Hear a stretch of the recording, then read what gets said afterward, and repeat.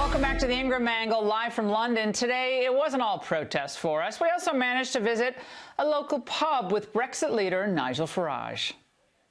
Nigel Farage, look, I just happened to walk into a pub and look at you walk into a pub and look at who you run into. The reputation's true. Exactly. So, Nigel, today we were among some of the protesters. There were several thousand people, maybe 10,000 people in Trafalgar Square.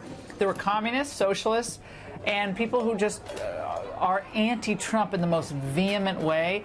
They were anti-Trump, anti-Brexit, anti-Nigel Farage. What do you say to them? Well, I'm very pleased to be in that. I mean, goodness me, if my name wasn't there, I'd be so upset. And you talk about these protesters, and they're what I call the usual suspects. You know, they're the people that turn up and protest at absolutely everything, including my meetings, of course.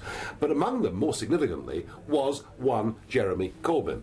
So here's the guy that could be the next British Prime Minister after the next election, and rather than attending a state banquet at Buckingham Palace, he's in Trafalgar Square at 70 years old, almost like a left-wing student politician. And I think the significance of that is he just does not look like a Prime Minister in the eyes of people. So I reckon the morning's a big win. When you see the President with Theresa May today, outgoing Prime Minister, what do you think now is the posture that the Brits should take with the United States? Trump wants to do a trade deal.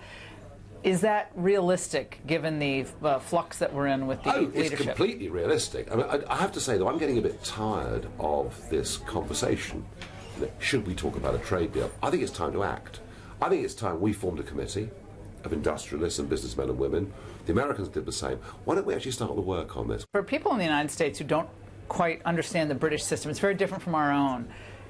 Could you form a coalition? The Brexit Party only started 2 months ago with the Conservative Party. It had a terrible showing in the EU national elections just last week. There are lots of permutations here. I mean, one is that the Conservative Party continue to fail on Brexit, and you could see the death of a 200-year-old party. These things do happen.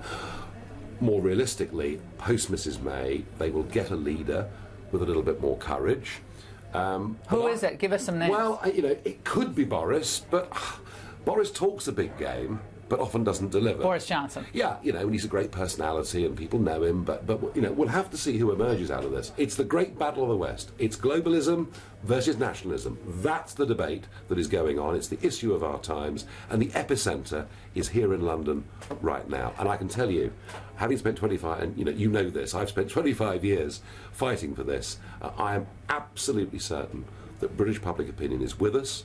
The British political class haven't quite woken up to it, but I'm going to make sure they do.